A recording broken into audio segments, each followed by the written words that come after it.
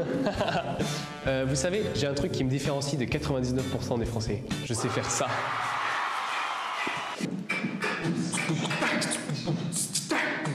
Mais en fait, je vais pas parler de ça. En fait, je vais vous raconter ma vie. Ça vous intéresse? Non! Ça marche. Et je vais vous la raconter en dessin. En fait, je suis né à l'île de la Réunion. Alors, l'île de la Réunion, c'est sur la carte, c'est un tout petit point. Tout petit comme ça. Tout petit. Alors, pour un Réunionnais, la Réunion, c'est plutôt ça.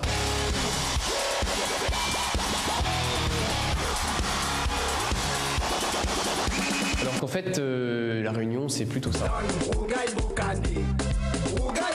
Et oui, et je sais parfaitement parler créole. Les gars, on a fait mon reste aussi à 4 moments avec un billet de 2 les dangereux. En fait, je sais juste dire Miyamaou, qui veut dire je t'aime. Et puis je me suis retrouvé en France, en métropole, comme on dit à La Réunion. Et je me suis retrouvé à Bordeaux. Bon, Bordeaux, c'est entre Cadojac et Mérignac, près des Léoniens, entre Canijang, quoi, voilà. Bon, l'accent là-bas, c'est très simple, il suffit de prononcer toutes les syllabes, des mots. Voilà. Alors j'ai 2 parents et une grande sœur. Mon père est informaticien. Un élément suspect a été détecté. Et ma mère travaille dans l'orientation. Alors quand je dis orientation, c'est pas faire des courses dans les bois, hein, c'est aider les gens à trouver du taf. Bon, et puis j'ai grandi, je suis allé à l'école, et puis j'ai eu mon brevet. Puis un jour, quand j'avais 13 ans, eh ben, mes parents ont divorcé. Et le sol, il s'est effondré sous mes pieds. Et ce fut la douche froide. Mon cœur s'est brisé. Parce que j'ai toujours pensé que mes parents, en fait, étaient un couple modèle. Genre Superman et Superwoman, tu vois. Et puis pendant plusieurs années, ben, j'allais chez mon père, et puis après j'allais chez ma mère, et puis après j'allais chez mon père, et chaque semaine je changeais. Bon, évidemment, je souffrais, mais moi j'étais un bonhomme, ouais. Moi je pleure pas, ouais, je t'ai vu. Alors je me suis blindé. Mais sous ma carapace, j'avais un cœur d'artichaut et un sérieux besoin d'être aimé. Du coup, je me suis retourné vers ce qui était facile. Les filles! Il y a eu une fille, 2 filles, 3 filles, 4, 1000 filles! Bon, ça va, t'es juste dans ma tête, quoi. En fait, c'est comme si t'avais une énorme plaie et que tu la soignais avec du Doliprane. En fait, les filles, c'était mon Doliprane.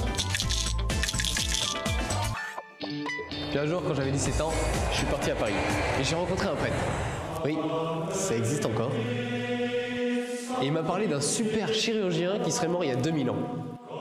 Au début, j'ai pas compris. Puis il m'a expliqué, il s'appelle Christ, Jésus Christ, et que lui seul pouvait me soigner. Alors j'ai pris contact avec lui, puis on est devenus potes, on passe du temps ensemble. Et lui, il m'a reconstruit, petit à petit. En fait, aujourd'hui, je suis heureux parce que Jésus m'aime tel que je suis et que j'ai appris à aimer ma famille telle qu'elle est. Mais ça, c'est mon histoire. Et toi ?